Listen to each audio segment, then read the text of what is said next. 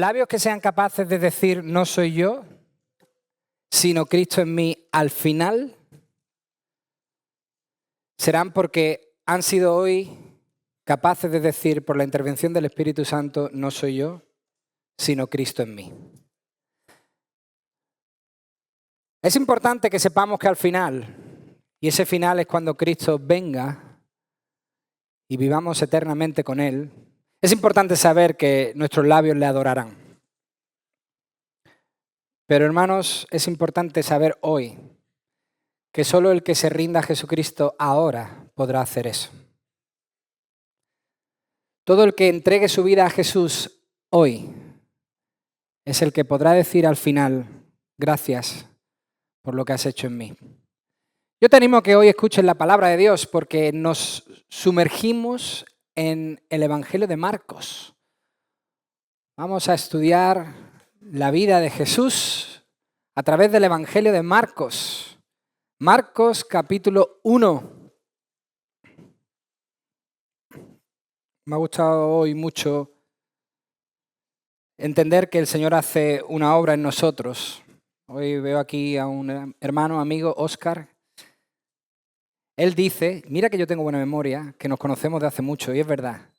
Cuando pienso en los partidos de fútbol que hemos jugado, me acuerdo. Y nuestros caminos se han ido separando y hoy estamos aquí. Hoy nuevamente estamos aquí, por la gracia de Dios. Óscar es hermano de Daniel, así que me ha gustado mucho ver su persona aquí, que me demuestra que la obra del Señor es maravillosa. Él nos salva y nos lleva hacia adelante. Marcos, ahí estamos, viendo la obra del Señor. Fijaos, el último profeta del Antiguo Testamento, que se conoce que es Malaquías, había ejercido su oficio, su trabajo como profeta 475 años atrás. 475 años antes comenzó a hacer su obra profética. Sus últimas palabras fueron Malaquías capítulo 4. En Malaquías capítulo 4, en el versículo 5, el Señor lanza un mensaje antes de cerrar el periodo del Antiguo Testamento.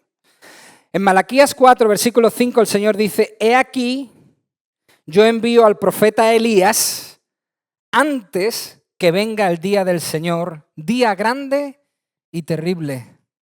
Y después de estas palabras, sucede un periodo conocido como los 400 años de silencio. Algunos dicen que es un periodo intertestamentario, esto es, un periodo que hay entre el Antiguo y el Nuevo Testamento, donde aparentemente no hubo profecías reveladas ni registradas, pero hay muchos que pensamos que la obra del Señor continuaba, que no se frenó y que el Señor iba adelante con sus propósitos. Pero surgió ese periodo de 400 años.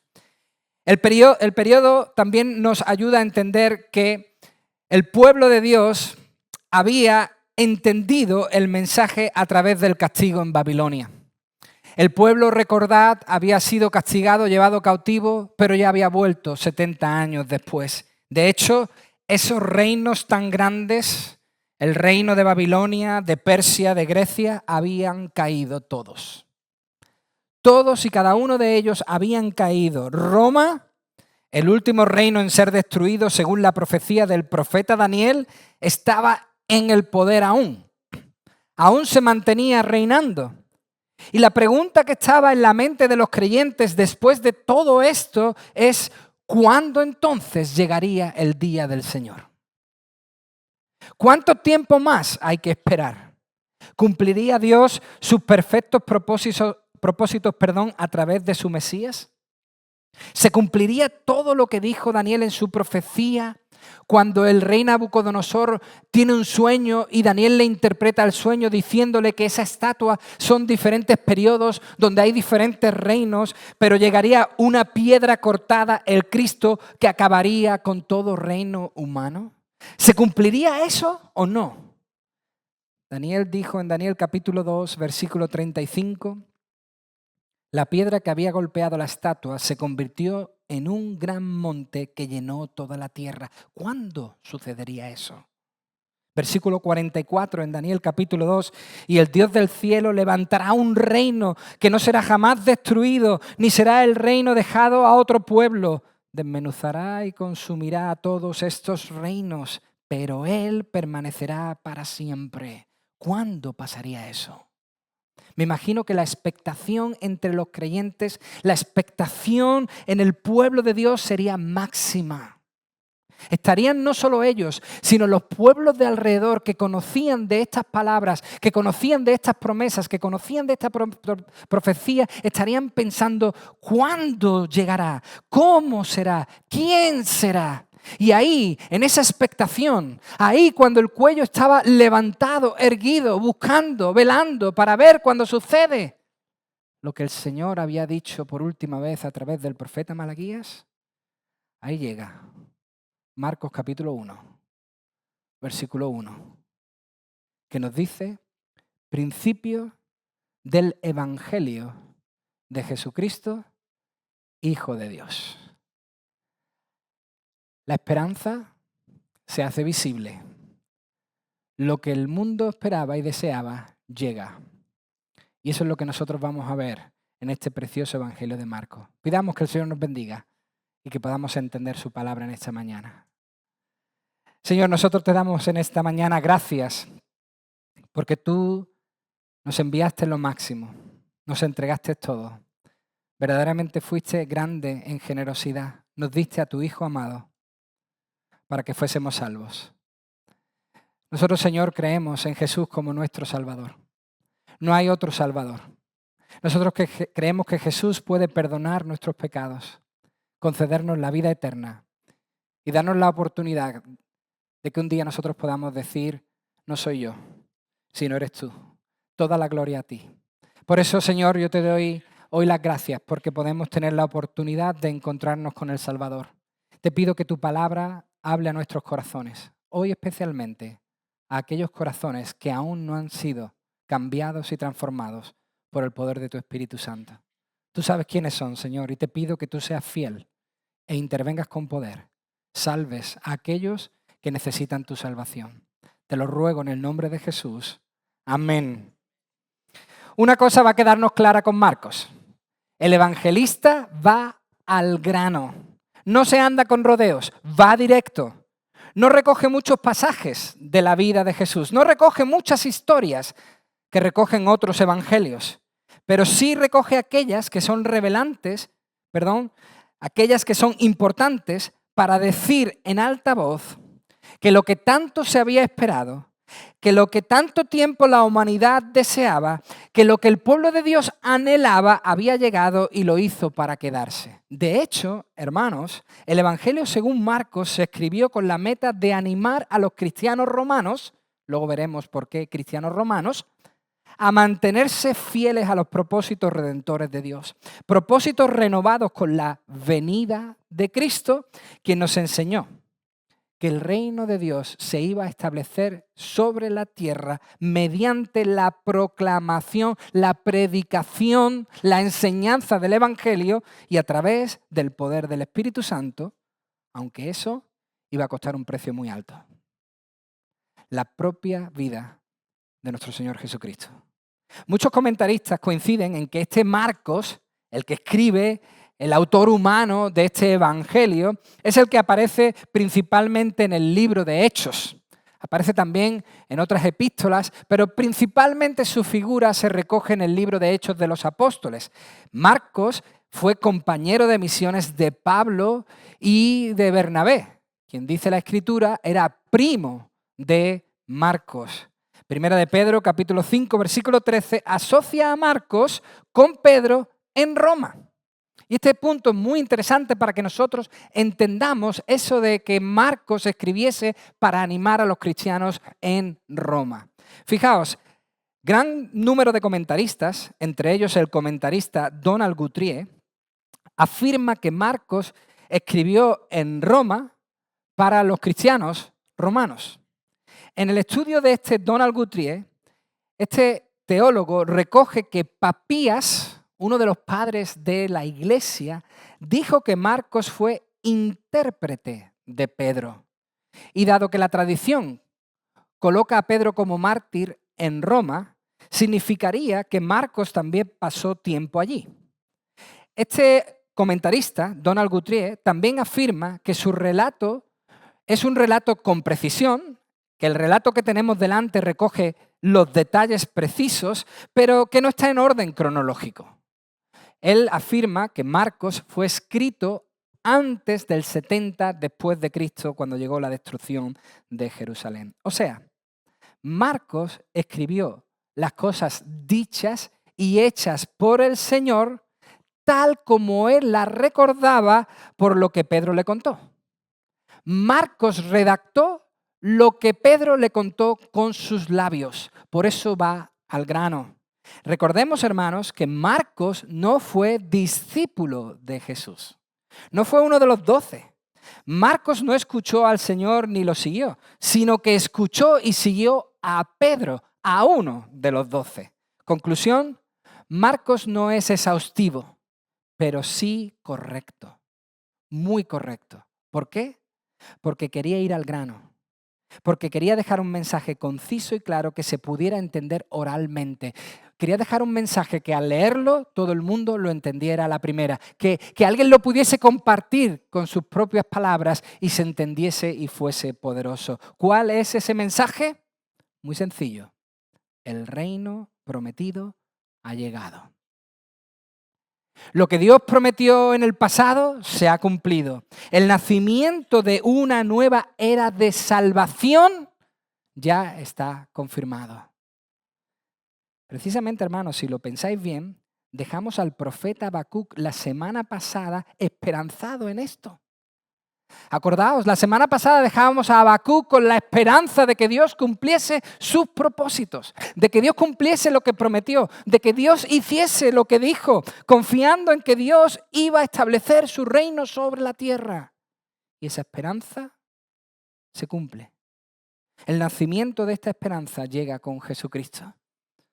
Los profetas todos buscaron ese momento y ninguno pudo verlo con sus propios ojos. Eso dice Primera de Pedro, capítulo 1, versículo 10. Acerca de esta salvación, los profetas que profetizaron de la gracia que vendría a vosotros, diligentemente inquirieron e indagaron, procurando saber qué persona o tiempo indicaba el Espíritu de Cristo dentro de ellos, al predecir los sufrimientos de Cristo y las glorias que seguirían. A ellos les fue revelado que no se servían a sí mismos, sino a vosotros. Todos los profetas, Habacuc y todos los demás que profetizaron acerca de la llegada del reino, acerca de la llegada del Mesías, todos se quedaron sin verlo con sus propios ojos. Todos quisieron oír las voces de Jesús, pero no lo oyeron con sus oídos. Y esa es la bendición que comparte Marcos. Lo que muchos anhelaron, ahora nosotros lo vivimos. Ahora nosotros lo vemos, ahora nosotros lo contemplamos. Marcos quiere compartir la bendición de que Jesús ha traído el Evangelio y que el Evangelio es sobre Jesús. Es interesante saber que cuando un emperador romano nacía, o cuando un emperador, un César, hacía una gran hazaña, un gran prodigio, ganaba una batalla o conquistaba algún otro reino, se decía en las calles de Roma, Evangelio. Se gritaba por las calles de Roma, Evangelio, Evangelio, buenas noticias, buenas noticias. Pero ese Evangelio no tiene comparación con el Evangelio de Marcos. Ninguna comparación. Porque sí, eran buenas noticias, pero eran buenas para el César. Eran buenas para, como mucho, Roma. Pero el Evangelio de Marcos, como dijeron los ángeles a los pastores, son buenas nuevas de gran gozo para todo el pueblo. El Evangelio de Cristo es buenas nuevas para todas las naciones, para todo el mundo. Las noticias que ya dijo el profeta Isaías en el capítulo 40, versículo 9, donde dice, súbete a un alto monte, oh Sión, portador de buenas nuevas. Levanta con fuerza tu voz. Esto es lo que está haciendo Marcos, levantando con fuerza su voz a través de este escrito. Levantando con fuerza tu voz, oh Jerusalén, portadora de buenas nuevas. Levanta tu voz, eso hace Marcos. Levántala, no temas. Di a las ciudades de Judá, aquí está vuestro Dios.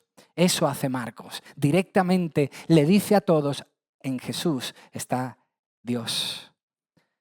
Por eso el mensaje de Marcos no puede ser mejor. No puede ser más apropiado. No puede ser más actual. Dios viniendo a restaurar a su pueblo, cumpliendo un nuevo y mejor pacto, como hoy recordaremos. Esa es la llegada de Jesús. Eso es lo que esperaban tantos, el cumplimiento del pacto. Las buenas nuevas, por eso dice en el versículo 1, Marcos, las buenas nuevas de Jesús. Esa palabra Jesús viene del griego Jesús, que significa el Señor salva. Las buenas nuevas de que el Señor salva. Las buenas nuevas del Cristo. Esa palabra Cristo significa del ungido prometido en 2 de Samuel capítulo 7. El Señor en 2 de Samuel ya promete en el capítulo 7 que vendría un Cristo, un Salvador, un ungido. Versículo 12, levantaré a tu descendiente después de ti, el cual saldrá de tus entrañas y estableceré su reino. Versículo 13, yo estableceré el trono de su reino para siempre. Versículo 15, mi misericordia no se apartará de él. Versículo 16, tu casa y tu reino permanecerán para siempre delante de mí, tu trono será establecido para siempre. Las buenas nuevas de que el Señor salva, de que ha enviado a su ungido, las buenas nuevas del Hijo de Dios, dice Marcos. Como dice el Salmo 2, versículo 7. Ciertamente anunciaré el decreto del Señor que me dijo, mi hijo eres tú, yo te he engendrado hoy. Pídeme y te daré las naciones como herencia tuya y como posesión tuya a los confines de la tierra. Estas son las buenas nuevas que hoy presentamos. Estas son las buenas nuevas sobre Jesús, el segundo Adán, el del linaje de David, el esperado, el deseado, el Salvador, el ungido, el Hijo de Dios revelado, Dios encarnado. Esas son las buenas noticias. ¿Y qué señales había de que eso iba a ocurrir? ¿Qué señales nos certifican que Jesús es el esperado? Versículo 2, como está escrito en el profeta Isaías. He aquí, yo envío mi mensajero delante de tu faz, el cual preparará tu camino. Voz del que clama en el desierto, preparad el camino del Señor, haced derechas sus sendas. Fijaos que Marcos no recoge estos versículos dichos por los profetas palabra por palabra. Marcos no repite los versículos exactamente del Antiguo Testamento, sino que comparte la idea, la esencia principal del mensaje de esos profetas. ¿Cuál es esa esencia? La idea de que un mensajero, alguien vendría a preparar la llegada del Mesías. Malaquías capítulo 3, versículo 1, he aquí yo envío a mi mensajero y él preparará el camino delante de mí. Eso es lo que está recogiendo Marcos, la esencia de esa realidad. Marcos está uniendo el Antiguo y el Nuevo Testamento.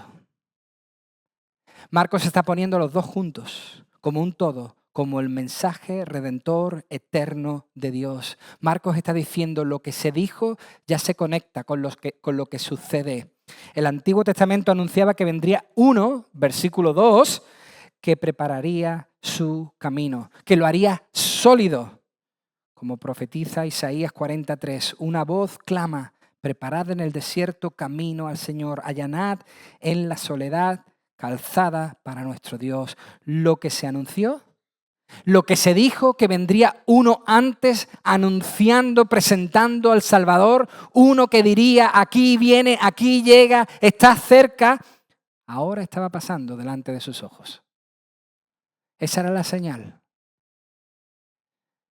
Empezó como dijeron los profetas, que antes de que el Mesías se hiciese público, antes de que el ministerio de Jesús se hiciese público y se presentara, vendría un mensajero, alguien a prepararle el camino. ¿Quién es?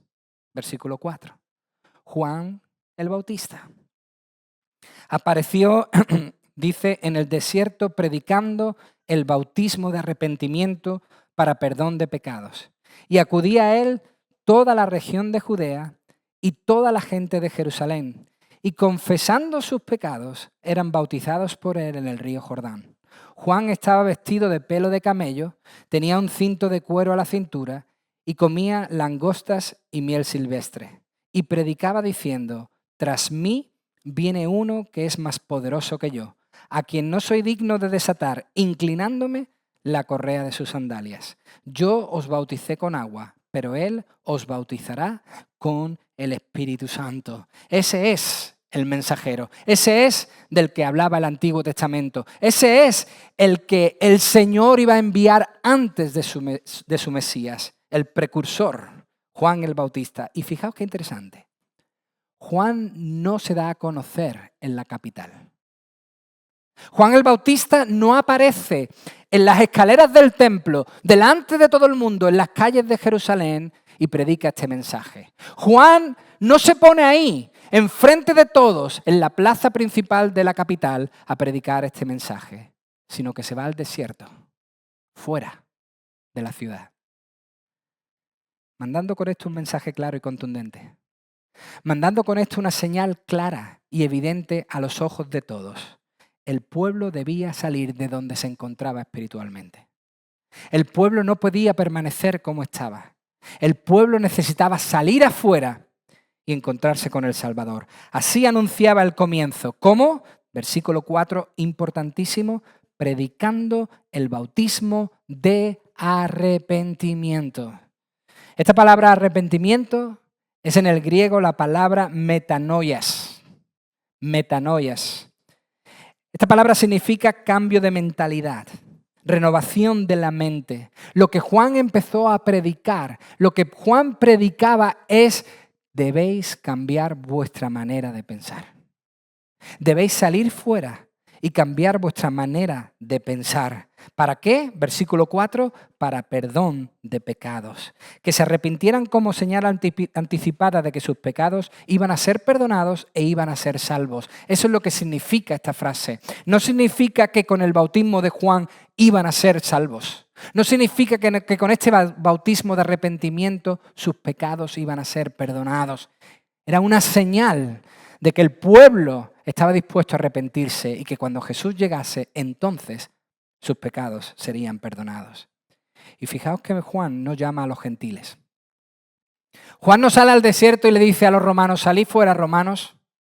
Juan no sale al desierto y proclama su mensaje para los caldeos, para los babilonios, para los persas, para los griegos, para los romanos. No. Juan llama a los judíos. Juan llama al pueblo de Dios. Fueron ellos los primeros en oír la noticia, la gran noticia. Los que se creían salvos, los que se creían superiores espiritualmente, son los primeros que debían oír que necesitaban salvación. Y Juan les dice: salid, pueblo de Dios, salid fuera, porque vosotros sois los primeros que debéis arrepentiros. Ahí estaba ese hombre, dice el versículo 6, vestido de pelo de camello. Y siempre hemos pensado: vaya raro que era Juan. ¿Cómo se presenta en público vestido con una piel de un camello ahí comiendo langosta y miel silvestre? Qué hombre más extraño. ¿Quién escucharía a alguien así? Pero hermano, no es esa la cosa. Juan estaba vestido de pelo de camello, igual que Elías estaba vestido con piel de camello. Igual que Zacarías también se vistió con piel de camello. Aparentemente, el pueblo, cuando veía a alguien con estas vestiduras, entendía que era un profeta, que traía verdaderamente un mensaje de Dios. No es que fuese raro, es que ese era el atuendo que debía llevar. Y comía langostas. Las langostas son los únicos insectos, uno de los pocos insectos que según la ley podían comer los judíos. Juan necesitaba salvación como cualquier otro. Juan necesitaba salvación como cualquier otro. Por eso él siempre decía: no soy yo el Cristo, no soy yo. Ese es el Cordero de Dios que quita el pecado del mundo. No soy yo. Yo debo menguar para que él crezca. Juan necesitaba salvación como cualquier otro. Por eso dijo que no era ni siquiera digno de ser el esclavo del Señor. Eso es lo que significa la frase desatar sus sandalias. Ni siquiera se sentía digno de llamarse esclavo del Señor. Y este Juan gritaba, versículo 8, mi bautismo no salva. Mi bautismo no salva. Será su bautismo, será su gracia la que salve y perdone todos los pecados. Y Él será el que hará posible que llegue el Espíritu Santo y forméis parte de la nueva creación. Eso es lo que está predicando Juan. Juan, al igual que hizo Moisés en Egipto, llama a la gente a salir de donde estaba, a cambiar su forma de pensar con respecto a la salvación para poder pertenecer al verdadero pueblo de Dios. Ese es el mensaje que trae. Arrepentíos, salid, cambiad vuestra manera de pensar. No es por obras, es por fe, es por gracia. Y entonces, estando Juan predicando esto, estando Juan ahí en el desierto gritando esto y las masas llegando a oírle, la esperanza se hace carne. La esperanza se hace visible, versículo 9. Sucedió en ese momento donde Juan predicaba en aquellos días que Jesús vino de Nazaret, de Galilea, y fue bautizado por Juan en el Jordán. E inmediatamente, al salir del agua, vio que los cielos se abrían y que el Espíritu Santo como paloma, no una paloma, sino como palomas, unas alas, descendía sobre él. Y vino una voz de los cielos que decía: tú eres mi Hijo amado, en ti me he complacido. Enseguida el Espíritu le impulsó a ir al desierto y estuvo en el desierto 40 días siendo tentado por Satanás y estaba entre las fieras y los ángeles lo servían. Hermanos, Jesús llega de su tierra natal, llega del norte de Nazaret. Jesús de Nazaret, una provincia de Galilea, y desciende desde el norte hacia el sur. Y lo primero que hace Jesucristo, lo primero que Él hace es bautizarse. Pero no bautizarse como nos bautizamos nosotros, reconociendo que Él ha sido perdonado de sus pecados, porque Jesús fue sin pecado. Se bautiza para identificarse con ese nuevo movimiento que estaba predicando Juan. Una manera externa de decir que estaba 100% de acuerdo con el mensaje que Juan compartía, 100% de acuerdo con lo que Juan estaba diciendo, reconociendo que el mensaje de Juan era legítimo, que todo lo que Juan estaba diciendo era verdad. Jesús vino y lo confirmó bajando a las aguas del bautismo. Y no solo esto, hermanos. Porque no solo Jesús estaba de acuerdo, sino que la Trinidad al completo mostró su total aprobación. El versículo 10 dice que el Espíritu Santo llegó para fortalecer su parte humana en todo momento. El Espíritu Santo se manifestó para demostrar que iba a acompañar a Jesús en todo momento y fortalecerle. Y el Padre, desde el cielo, repitiendo las palabras que ya dijo anteriormente en Isaías 42, versículo 1. He aquí mi siervo, a quien yo sostengo, mi escogido, en quien mi alma se complace, he puesto mi espíritu sobre él. ¿Y qué hará él? Él traerá justicia, traerá salvación a las naciones. ¡Qué gran comienzo! Ahí está Jesús, afirmado, confirmado, fortalecido. La Trinidad al completo diciendo: se cumple lo que se dijo. El pacto llega a su cumplimiento. Y por último, muy interesante, hubo uno que aprobó su venida sin querer. Hubo uno que le salió el tiro por la culata. Me explico. Hubo uno que, queriendo destruirle, no entendió que lo que hacía era exaltarle. Hubo uno que de manera involuntaria colocó a Cristo en lo más alto. Este no es otro que Satanás. Hermanos, que después de su bautismo Jesús fuese llevado al desierto para ser probado, dicen los versículos 12 y 13, solo muestra la necesidad profunda que la humanidad tenía de la llegada del reino de Dios para que disipara todo poder de las tinieblas. Que Jesús fuese llevado al desierto y que en el desierto venciera al poder del mal, demuestra cuánto necesitábamos nosotros la llegada de este reino. Esto es muy parecido a lo que le pasó al pueblo de Dios en el desierto, nos dice Deuteronomio capítulo 8, versículo 2. Ahí leemos lo siguiente. El Señor le dice a su pueblo: te acordarás de todo el camino por donde el Señor tu Dios te ha traído por el desierto durante estos 40 años para humillarte, probándote a fin de saber lo que había en tu corazón, si guardarías o no sus mandamientos.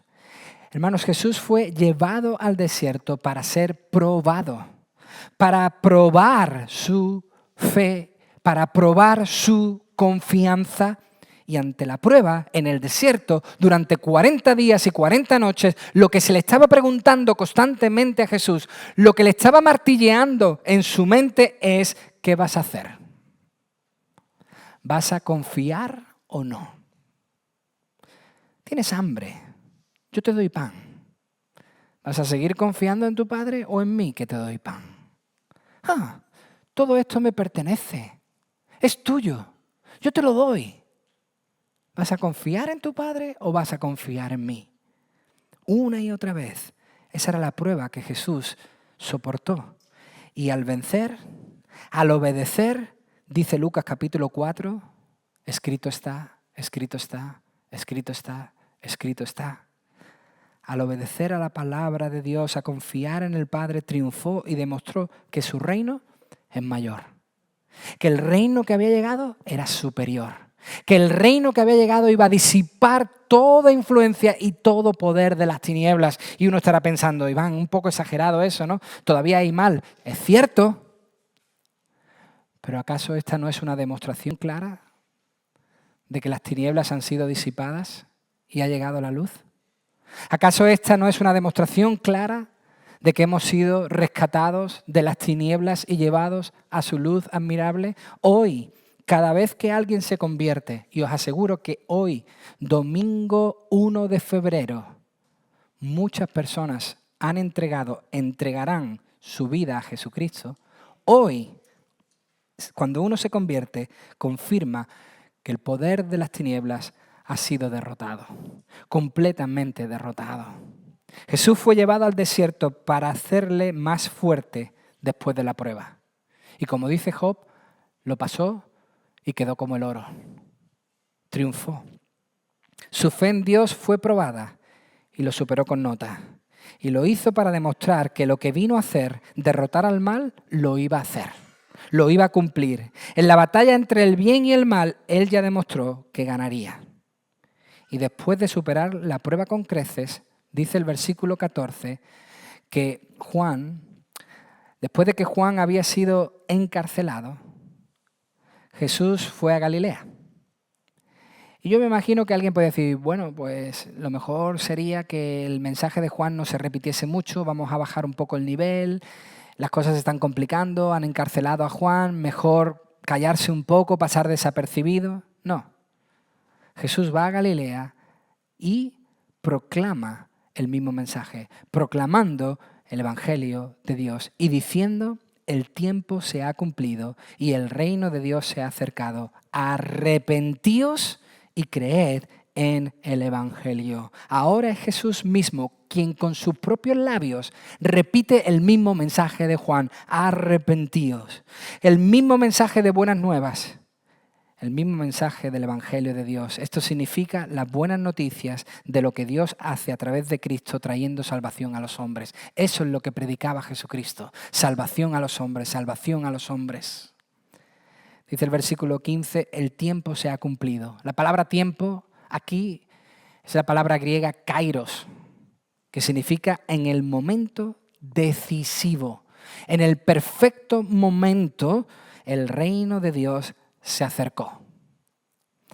Aquí, lamentablemente, algunos interpretan que la frase se acercó no significa que haya venido, sino que simplemente se acercó. Es como si un avión fuese a aterrizar, pero no aterriza, sino que sobrevuela. Nunca llega a tocar tierra, sino que hizo eso. El reino es así, y ahora está como sobrevolando, y vendrá un tiempo donde finalmente aterrizará. Pero yo me pregunto, hermanos, ¿cómo puede ser eso? Porque ¿cuánto tiempo dura un acercamiento? ¿Cuánto tiempo es un acercamiento? Hermanos, la frase se ha acercado simplemente significa ha venido. Se ha acercado significa ha llegado. Es lo mismo que vemos al final del Evangelio de Marcos. En el capítulo 14 de Marcos, Jesús está a punto de morir, está orando en el Getsemaní. La prueba que va a superar es dificilísima. Ahí está orando y pidiéndole al Padre que si hay otra posibilidad, si hay otro camino, que Él lo provea, pero que no sea su voluntad, sino la del Padre. Y ahí, en Marcos capítulo 14, versículo 42, fijaos lo que leemos. El Señor se acerca a sus discípulos y le dice: levantaos, vámonos, mirad, está cerca el que me entrega. En ese momento, mientras todavía estaba él hablando, llegó Judas, uno de los 12, acompañado de una multitud con espadas y garrotes de parte de los principales sacerdotes, de los escribas y de los ancianos. La idea es la misma, hermanos. Judas se acercó y finalmente llegó. Eso es lo que está diciendo aquí Marcos. Eso es lo que Dios hizo con su reino. Lo acercó, dando a entender que era el principio de la llegada del reino, o sea, que lo trajo. Pero esto no es una idea que aparece en el Nuevo Testamento. Dios dijo en Isaías 46, versículo 13, yo acerco mi justicia, no está lejos, mi salvación no tardará. Pondré salvación en Sión y para Israel será mi gloria. Y en el capítulo 51, versículo 5 de Marcos, cerca está mi justicia, ha salido mi salvación y mis brazos juzgarán a los pueblos. Por mí esperan las costas y en mi brazo ponen su esperanza. Hermanos, si ha salido es porque tenía un destino. Si el Señor la ha enviado en Cristo es porque ha llegado. No está flotando aún en el aire. No está sobrevolando el reino por encima y luego aterrizará. Ha llegado, se ha establecido y la prueba es que las naciones se están entregando a Jesucristo. Es más, el propio Señor Jesucristo afirma esta verdad. El reino no es algo que vendrá, es algo que ha llegado. Jesús, al principio de su ministerio, va a la sinagoga. Y allí, como invitado especial, le conceden el rollo del profeta que se debía leer ese día. Se lo dan a Jesús para que él lea. Y Jesús se pone de pie en la sinagoga y lee Lucas 4:18. El Espíritu del Señor está sobre mí, porque me ha ungido para anunciar el Evangelio a los pobres. Me ha enviado para proclamar libertad a los cautivos y la recuperación de la vista a los ciegos, para poner en libertad a los oprimidos, para proclamar el año favorable del Señor. Cerrando el libro, lo devolvió al asistente y se sentó. Y los ojos de todos en la sinagoga estaban fijos en él. Todo el mundo ponía la mirada en Jesús. Algo estaba pasando.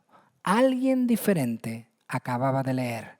Todo el mundo lo observaba. Y entonces, ¿qué dice Jesús? Versículo 21, comenzó a decirles, hoy, no dentro de 3000 años, hoy se ha cumplido esta escritura que habéis oído. El reino de Dios ha llegado. Y si el reino de Dios ha llegado, las tinieblas van a desaparecer. Por eso Jesús dice, arrepentíos. Cambiar vuestra manera de pensar sobre cómo alcanzar la salvación. Abrid vuestra mente al mensaje nuevo que traigo. Creed en lo que Dios hará a través de Cristo. Creed en el Evangelio. Por eso ese es el mensaje que nosotros seguimos predicando.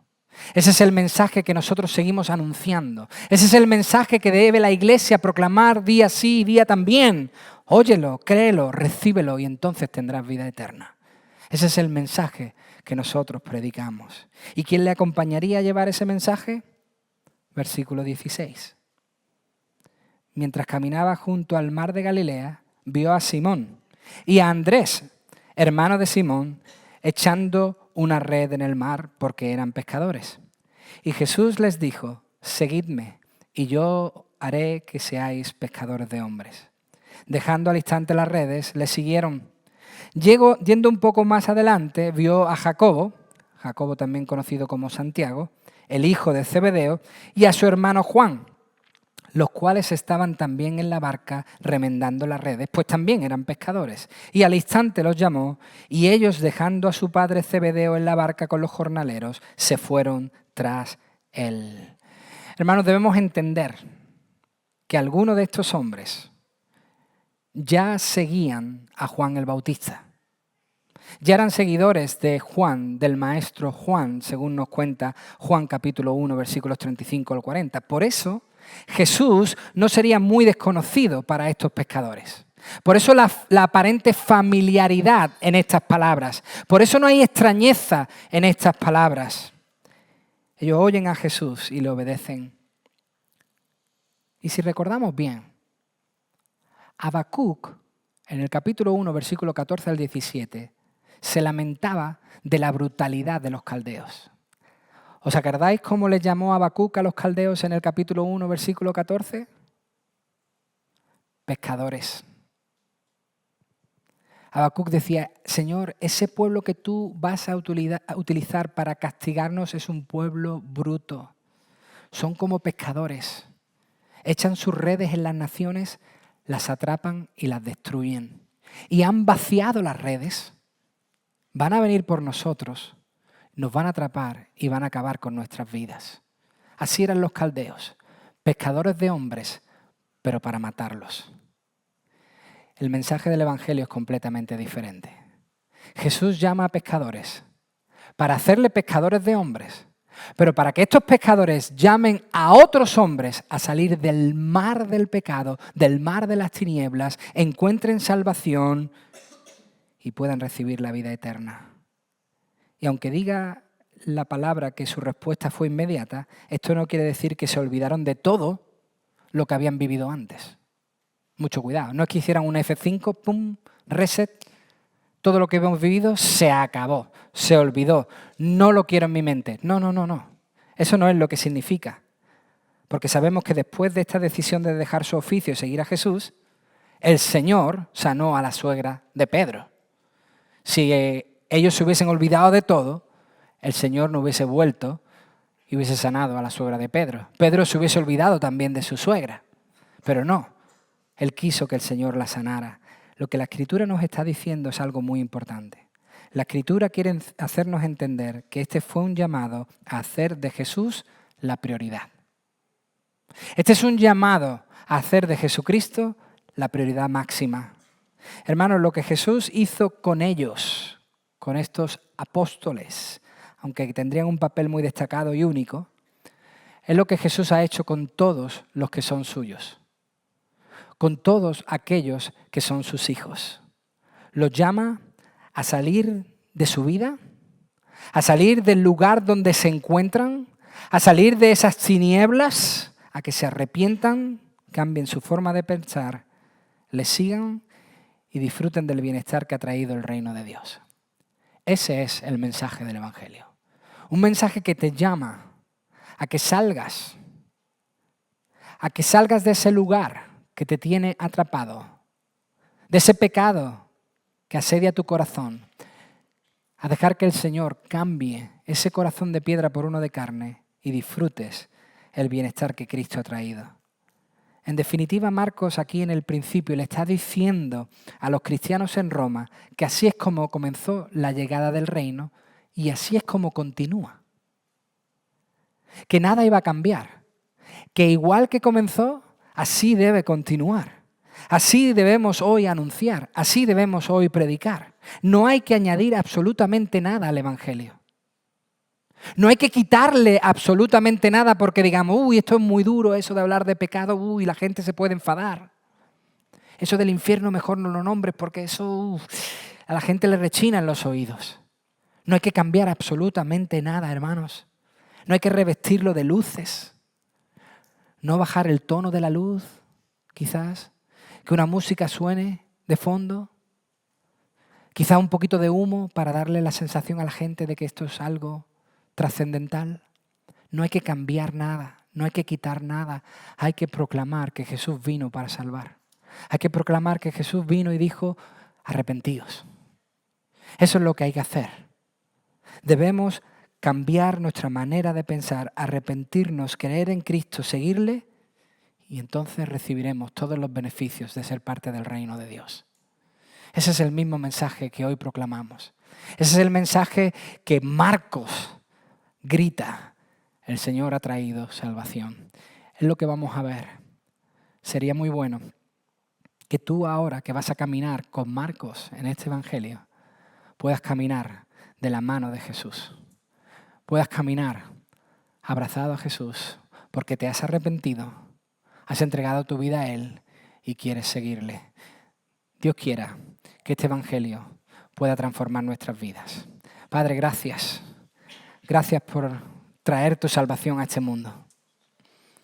Gracias, Señor, porque tú has hecho posible que nosotros podamos arrepentirnos. Esto no es una obra nuestra, Señor, es tu obra y queremos confiar que los que estamos aquí somos tuyos. No nos pertenecemos a nosotros mismos, somos tuyos. Y yo te pido, te imploro, te suplico, Señor, que si entre nosotros hay personas que aún no se han arrepentido, que tu Espíritu Santo toque su corazón de manera poderosa y se puedan entregar hoy a ti. Señor, muchas gracias porque hoy ha salido el sol. No sabemos si saldrá mañana y yo por eso te pido que tú tengas misericordia y toques corazones, no solo en este lugar, sino en todo el mundo. Sigue salvando, sigue trayendo esperanza, sigue trayendo gozo, sigue trayendo bienestar a este mundo tan necesitado de la intervención de tu reino. Te lo pedimos en el nombre de Jesús. Amén.